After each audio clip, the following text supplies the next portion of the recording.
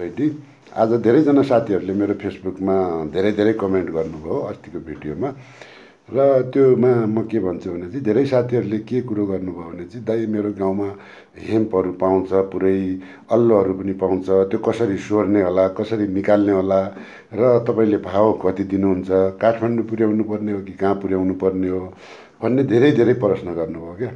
अनि त्यो प्रश्न गरिसकेपछि अब मैले भिडियो बनाएर किन मैले सबैलाई जानकारी दिनु पर्ला भनेर मैले चाहिँ चुने। तपाईँको गाउँको वरपर अहिले चाहिँ हेम्पको पात कम्तीको झर्ला जस्तो भएर हेम्प सुकिसकेको जस्तो पनि अवस्था हुनसक्छ र त्यहाँ प्रशस्त हेम्पको अथवा अल्लोको बिरुवाहरू हुनसक्छ। त्यसैले तपाईँले के गर्नु होला भनेपछि सबैभन्दा पहिला त्यो हेम्पको अल्लोको बिरुवा अहिले तपाईँ बिउसिउ सबै पनि झरिसक्यो, टिप्दा हुन्छ, हामीलाई केही फरक पर्दैन।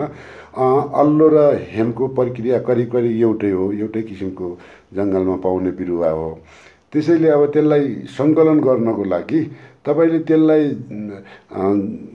जमिनबाट जुन माटो माथिको भाग हुन्छ त्यति नै काटेर अनि त्यसको सानो हाँगाहरूलाई हटाएर तपाईँले एक ठाउँमा चट्टा लाउने भन्छ नि, हाम्रो खात गर्ने पनि भन्छ, एक ठाउँमा चौक्याएर अथवा मानौँ न माथि राखेर जस्तै दाउराहरू राख्छौँ, ढुङ्गाहरू हामी राख्छौँ, त्यस्तो गरेर एक ठाउँमा राख्नु होला र राखिसकेपछि तपाईँको त्यो सुकेको अब सम्पूर्ण सङ्कलन भइसकेपछि वरपरको सङ्कलन भइसकेपछि त्यसपछि तपाईँसँग घर नजिक पानी हुन्छ नै होइन। अनि त्यसलाई सकभर बोराको कपडा अथवा कुनै किसिमको कपडाहरूले जेसुकै कपडा भए पनि प्लास्टिक बाहेक, पानी तर्ने बाहेक त्यसलाई चाहिँ पहिला राम्ररी भिजाएर मजाले भिजाउनु होला। त्यसलाई पानीले पुरा पाइपले पानीले अथवा केहीले राम्ररी भिजाउनु होला र माथिबाट कपडाले ढाकिदिनु होला। र कपडाले ढाकिदिएपछि तपाईँले के गर्नुपर्ने हुन्छ भन्दाखेरि तपाईँले बेलुका पानी दिनु होला प्रशस्त, त्यसलाई माथिबाट पुरै भिज्ने गरेर पानी दिनु होला र पानी दिइसकेपछि अनि बिहानसम्म त्यो भएको हुँदैन। त्यसपछि बिहान पानी दिनु होला, दिउँसो गरेर त्यो कपडाहरू कुनै बेला पनि सुक्न नदिनु होला, त्यसलाई भर्सक भिजाइराख्नु होला बेला बेलामा 1-2 घन्टाको फरकमा। र त्यसपछि बेलुका फेरि पानी दिनु होला। पानी प्रशस्त दिइसकेपछि अनि तपाईँले त्यसलाई पानी दियो, पानी दिएको कम्तीमा पनि त्यही 36 घन्टा जस्तो पानी पाइसकेपछि त्यसले त्यो एक किसिमको ढाडिएको हुन्छ है, ढाडिएको हुन्छ। अनि त्यसपछि तपाईँले पछिल्लो दिन चाहिँ चिसोमा निकाल्दै तपाईँले बिचमा ट्याक्कै भाँच्दै अनि त्यो तल र माथि सर्र गरेर त्यो चाहिँ रेसा बाहिरबाट निस्किन्छ होइन। त्यो एउटा सजिलो प्रविधि हो।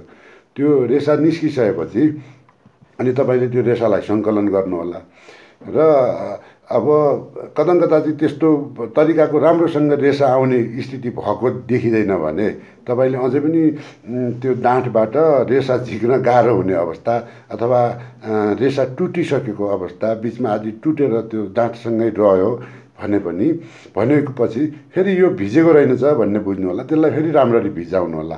अर्थात् नत्र भनेपछि तपाईँले कुनै ठाउँमा गहिरो ठाउँमा त्यस्तो चिज गर्दाखेरि गहिरो ठाउँमा जहाँ छिटै सुक्दैन अथवा मानौँ के हुँदैन भने फेरि त्यसलाई पानीले बेसरी भिजाउनु होला। त्यो माथिबाट तपाईँले पात पतिङ्गरहरू अथवा मानौँ स्याउला काटेर राख्ने भन्छ नि होइन, रुखको हरियो बिरुवाहरू त्यहाँबाट माथि राखेर पुरा घोप्नु होला, त्यहाँबाट फेरि पानी दिनु होला।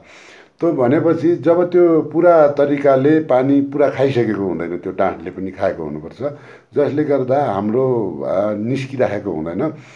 त्यसलाई चाहिँ तपाईँले के गर्नुपर्ने हुन्छ भने डाँठमा र जुन रेसामा एक आपसमा जोड्ने प्राकृतिक रूपमा एक किसिमको गम हुन्छ, त्यो गम राम्रोसँग नपग्लेर नभिजेर एक आपसमा नछुटेको हो, त्यसलाई सेलुलेस भन्छ होइन। त्यो एक आपसमा नछुटेको, त्यो सेलुलेसलाई कमजोर पार्नको लागि बढीभन्दा बढी पानी दिनुपर्ने हुन्छ। यदि घर नजिक कुनै आफ्नो सानोतिनो अब दह जस्तो अर्थात् पानी जम्ने ठाउँ त्यस्तो पारेको छ भने सिधै पानीमा भिजाउँदा पनि हुन्छ।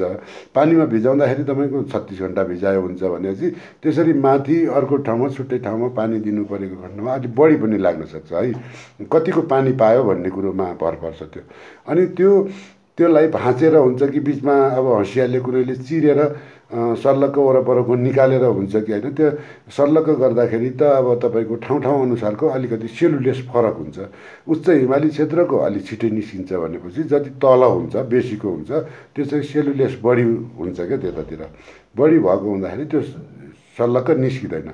त्यसैले त्यो डाँठबाट छोडिएको अवस्थामा अथवा निस्किने अवस्थामा भइसकेपछि तपाईँले त्यो एक ठाउँमा लिएर मजाले सोरेर बिचको डाँठ फालेर अनि हामीले रेसा चाहिँ तपाईँले उत्पादन गर्न सक्नुहुन्छ। त्यसरी उत्पादन भएको रेसालाई फेरि तपाईँले एक ठाउँमा जम्मा गरेर नराख्नु होला, त्यसलाई डोरी अथवा कुनैमा ह्याङ गरेर झुन्ड्याएर त्यसलाई चाहिँ सुकाउनु होला। पुरातया सुकिसकेपछि त्यसलाई बाँधेर आफ्नो ठाउँमा मुठा मुठा बनाएर राख्न सक्नुहुन्छ। जसको यो मैले यहाँ डिस्क्रिप्सनमा पनि दिइराखेको हुन्छु, होइन भनेपछि मेरो 9851115136 हो मेरो फोन नम्बर। तपाईँले बेलुकातिर फोन गर्न सक्नुहुन्छ। दिनमा त अलिकति बिजी हुन्छ, यसबाट सरी माग्न चाहन्छु। बेलुकातिर मजाले कुरा गर्न सक्नुहुन्छ। अथवा hempbazaarnepal.com वेबसाइट पनि हेर्न सक्नुहुन्छ। तपाईँले मेरो हेम्प प्रोडक्ट जुन युट्युब च्यानल छ त्यो पनि हेर्न सक्नुहुन्छ। नत्र भनेपछि गणेश आइडी छेत्री नेपालीमा लेखेको छ त्यो फेसबुक मार्फत जुनबाट तपाईँले हेरिराख्नु भएको छ त्यो फेसबुकबाट तपाईँले मसँग सम्पर्क गरेर काम गर्न सक्नुहुन्छ। र हाम्रो यसमा मार्केटिङ टिम पनि छ, त्यो टिमसँग कन्ट्याक्ट पनि हामी दिउँला र तपाईँले यो चाहिँ अल्लो र भाङ्रोको लोक्ताहरू सिधै हामीसँग बिक्री गर्न सक्नुहुन्छ। अब रह्यो कुरो कति पर्छ त भन्ने कुरोहरू तपाईँको कुन गाउँ हो, कुनबाट ल्याउने हो, त्यसको आधारमा हामी यो सार्वजनिक रूपमा भन्दा पनि तपाईँलाई यो अल्लो एसोसिएसन राष्ट्रिय अल्लो उद्यमी सङ्घ जुन छ त्यसले एउटा भाव तोकेको छ र त्यो भावमा हामीले खरिद गर्दछौँ। त्योभन्दा तल र माथि हामी गर्न सक्दैनौँ, त्यही भावमा हामीले खरिद गर्ने गरेका छौँ।